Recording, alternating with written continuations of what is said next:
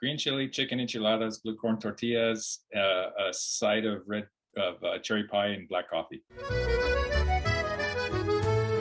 My guest today is Harrison Candelaria Fletcher, whose latest book, Finding Querencia, Essays from In Between, is just out. Querencia is from the root Spanish verb querer, meaning to want or to desire. And it's come to mean a place of safety or belonging, that which we yearn for when we yearn for home. Mm-hmm. So the narrator in these collection of essays is very much searching for a place of belonging, mm-hmm. or creating his own space that he could claim.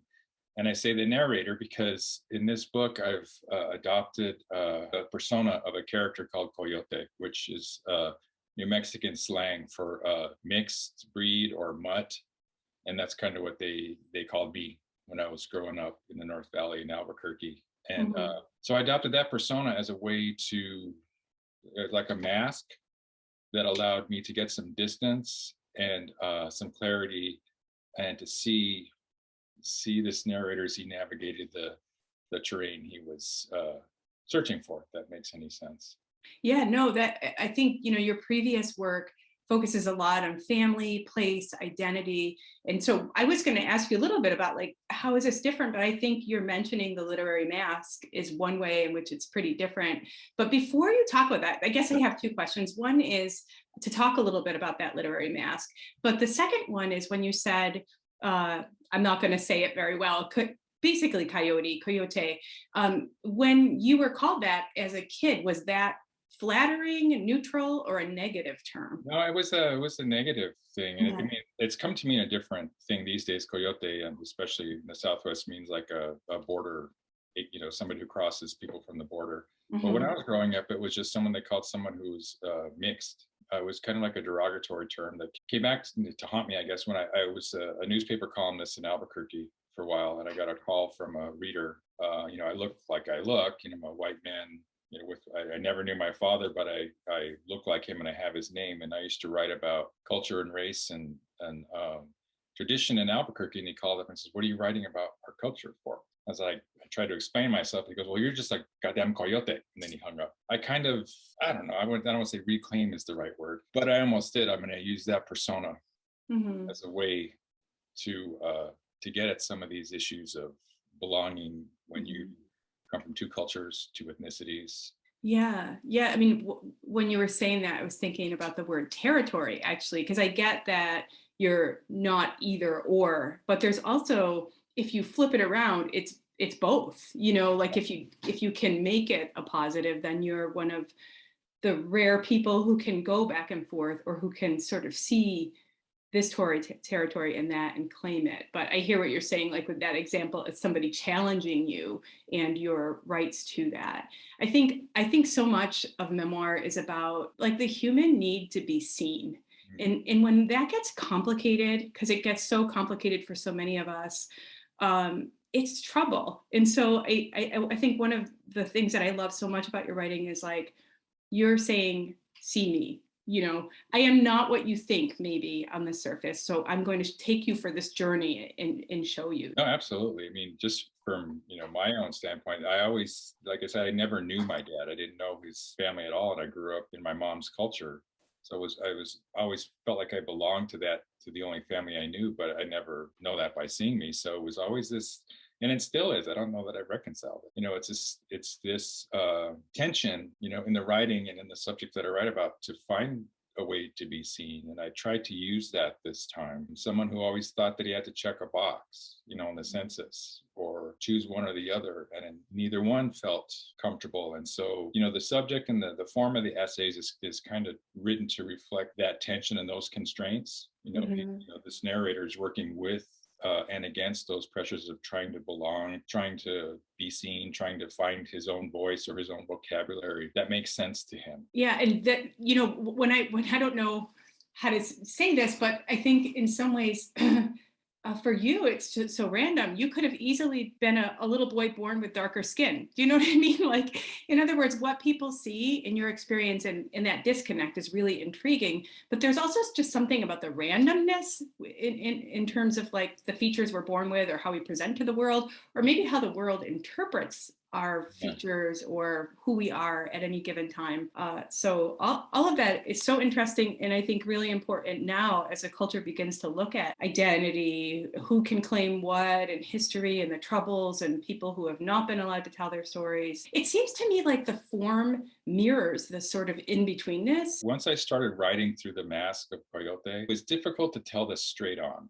Mhm. It was it for this book, for this narrator, it was more effective for him to approach it from the edges or the outside in. And so I was inspired by a colleague of mine, Robert Vivian, who writes what are called dervish essays, which are they use the pressure of the run-on sentence to kind of build momentum and spiral down toward something. I tried that, and it became a voice that felt right for this book. Mhm.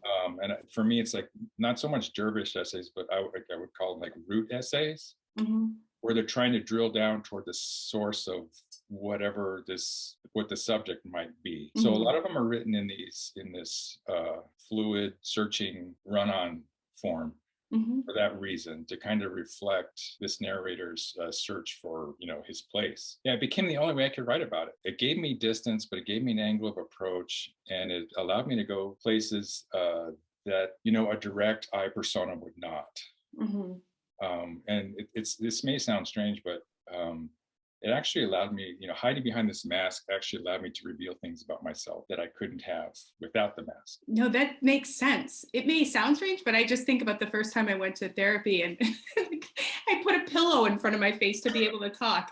It's like, don't look at Yeah. me head on right now. It's too much. This is vulnerable stuff, And so it gives you something, right? There's something there to sort of protect you. And I love so much the form. I mean, I think the content is so interesting. We just talked about that, but just even behind you, like the objects behind you remind me a little bit of your writing, and that you do have images, but you also have words that don't sit on the page in the way that we would normally expect an essay to sit on the page. And so I think that's really exciting. And this seems like the perfect match for content. Yeah, it was just a way to enact that tension. It mentioned if I were born with a different skin color, my siblings are mother's family. They're all different. And I also adopted, different kinds of forms that had to do with various notions of mixing. Mhm. And so I'm going to read just like 5 short sections from an essay that's called Coyote Cookbook. Coyote Cookbook. Number 1, beans. Because they're cheap and they're good, and they always last longer than the government checks boiling slowly away in the Pyrex pot on the open flame, building pressurized steam to slow cook the garlic and bay leaves and oil to a river brown broth soaking down to your roots to bloom from your bones to fill up your table at supper. 2, tortillas, which you love more than bread, but can never get right, with an ingredient missing from the salt shortening flour that sticks to your skin with a white you can't wash.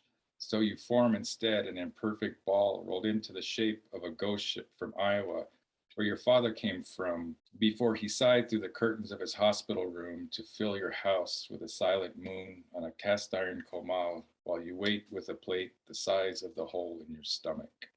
3, enchiladas, rolled up tight or laid out and layered, like your mother's whole family in the back of the Buick, on a bed of quilts as warm as onions and cheese, while they drive from Corrales to Los Angeles again, so your grandfather can paint enough wartime destroyers to fill the 9 mouths fast asleep through the desert, with road stripes stabbing like forks and knives, to pull them apart before they're even done dreaming. 4, hamburger meat and fried potatoes, filling the whole pan like the family reunion in your grandfather's backyard for the Cottonwood snapshot of Uncle Mike and his Schlitz and Tony's Dean Martin sheen and Georgina's Rito Moreno eyes and Uncle Sam's pointing finger, and everyone mingling like salt and pepper made moist from the steam to stick together to come undone like a mismatched salad of crispy and soft that still feeds you like nothing else can. 5, smothered steak, Your deceased father's favorite, pounded soft with a mallet until the muscle breaks down and the fiber gives way, and the gold medal flour is forced into the folds and served up with gravy in drowned Southern style, like a history you don't know and a family you can't name and a serving you can't swallow, no matter how hard you chew. So good. So good. They're weird, I know. The food itself is so good. Once you got the potatoes in the pan, I was like, man, it's good. And you just have this way of having all this richness. People piled together is good like that too, but the food also feels like smothered and in a rich way. And yet there's also this hunger that persists in these, and that sort of comes through too so beautifully. I love that. I mean, I'm going to ask you to give a prompt, but that alone Sure. would be a really great prompt just to make, like a list like that. We wouldn't be able to do it like you, but we could come up with something. Do you know how to cook all that stuff? I do, yeah. I do, yeah. That's when I love to cook. It's like, yeah, my mom taught me. She was like, 5 kids, like, you're gonna make dinner tonight. So yeah, that's such a cool thing to have from her, that tradition. So do you have a writing prompt? I have one, and I'm gonna read a little thing. Okay. So this is called Unmasking the Masked Self, the complex role of persona in memoir. So the following exercise allows us to adopt a quote unquote mask of a previous self to explore different facets of our characters and the insights and questions that might emerge. And some examples are Maxine Hong Kingston's Woman Warrior, where she adopts the mask of Mulan is one, or Lauren Slater in Lying, where she adopts the persona of a person who may or may not have epilepsy. Okay, we're gonna adopt a mask. Mm-hmm. And there are 5 steps. Step 1, consider the roles you may have played in your life or have been assigned to play in your relationships, in your childhood, in your professional life, such as, quote, the dutiful daughter, or the black sheep, or the peacekeeper, or the math girl, or the party boy, or the middle child. So think about a label that you were assigned, either positive or negative, that was given to you. Step 2 is to conjure that person in your memory, in your imagination, and free write a paragraph of the mannerisms, characteristics, and situations that gave rise to that role. Why did they call this person math girl? Mm-hmm. What did she do? Step 3, once you have that character taking shape, is to recall a specific moment in which you embodied this persona, and recalling specific sensory details of your physical bearings, your surroundings, and your state of mind. Math girl at the kitchen table, with her green eraser, mom's cooking, whatever, a specific moment. Step 4, I want you, as the writer now, to slip on that mask again. And using the title Origin Story, write a scene or a vignette, 300 words, in second or third person in which you worked with or against this role. Step 5, from your perspective today, consider how that role, that mask, shaped the person you are. What, Harrison, this is a really good prompt. Like, I was writing it down and I'm like, at the very least, we get an essay out of this, maybe a book. So I think anybody watching this needs to make out a check for $1,000 and like mail it to you, because this is gold. Every step of this, I think, has to bear fruit, no matter who you are, because like you're saying, math girl, but you could do this over and over and get such different things. Like I was thinking the funny one, because when I was a kid, I was the one who cracked jokes, but I hated cracking jokes. That was just what I did. But then I thought, the bastard, we were all bastards in my family. So I think it's making me think about what you talked about earlier, sort of reclaiming the term, or choosing to use it for your benefit to explore this terrain. So good. Thank you. If you like what you heard, check out the links below to order a copy of Harrison's book and to learn more about his work. Hit subscribe or like or both to stay informed of upcoming interviews and writing prompts, and to support this channel. I look forward to seeing you next time at the Memoir Cafe.